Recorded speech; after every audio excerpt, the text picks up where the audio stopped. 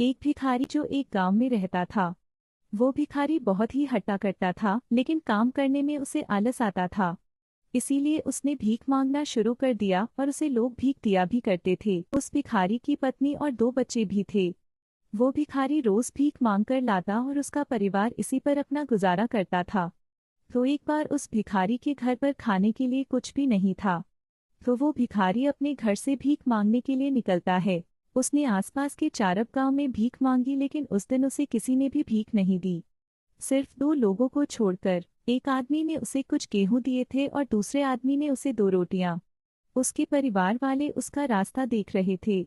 तो जब यह भिखारी ये 2 रोटियां और कुछ गेहूं लेकर अपने घर की तरफ जा रहा था, तो तभी उसे जंगल में एक बुजुर्ग आदमी दिखता है जो एक पेड़ के नीचे बैठा हुआ था और उसकी हालत बहुत ही ज्यादा खराब थी। यह भिखारी उस बुजुर्ग आदमी के पास जाता है और उन्हें संभालता है।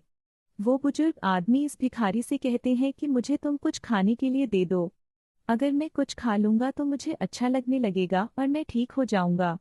अब उस भिखारी के पास 2 ही रोटियां थी और कुछ गेहूं थे। घर पर उसकी पत्नी और बच्चे उसका इंतजार कर रहे थे। अब यह भिखारी सोच में पड़ जाता है कि इस बुजुर्ग आदमी को मैं यह रोटियां दूं या ना दूं, क्योंकि अगर आधी भी रोटी मैंने इसे दे दी तो मेरे बच्चे भूखे ही रह जाएंगे और गेहूं तो मैं इन्हें अभी नहीं दे सकता हूं।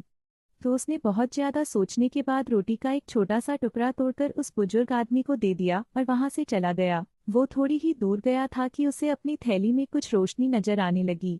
उस भिखारी ने जैसे ही अपनी थैली में देखा तो उसे अपनी थैली में वही रोटी का टुकड़ा दिखा जो उसने उस बुजुर्ग आदमी को दे दिया था, लेकिन वह रोटी का टुकड़ा अब सोने में बदल गया था।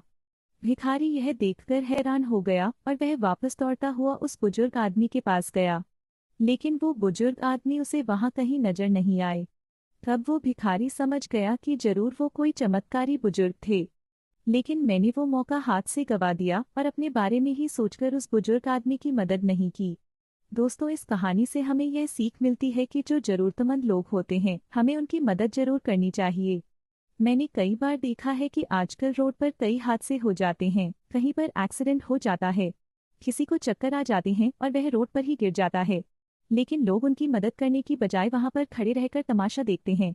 लोग सोचते हैं कि मैं यह क्यों करूं, कोई ना कोई इसे हॉस्पिटल पहुंचा ही देगा। यही सोचते हुए हम वहां से आगे बढ़ जाते हैं, लेकिन हमारी एक मदद किसी की जिंदगी बचा सकती है, किसी की फैमिली को उजड़ने से बचा सकती है। तो मदद करना सीखो, क्योंकि उसका फल आज नहीं तो कल हमें जरूर मिलता है।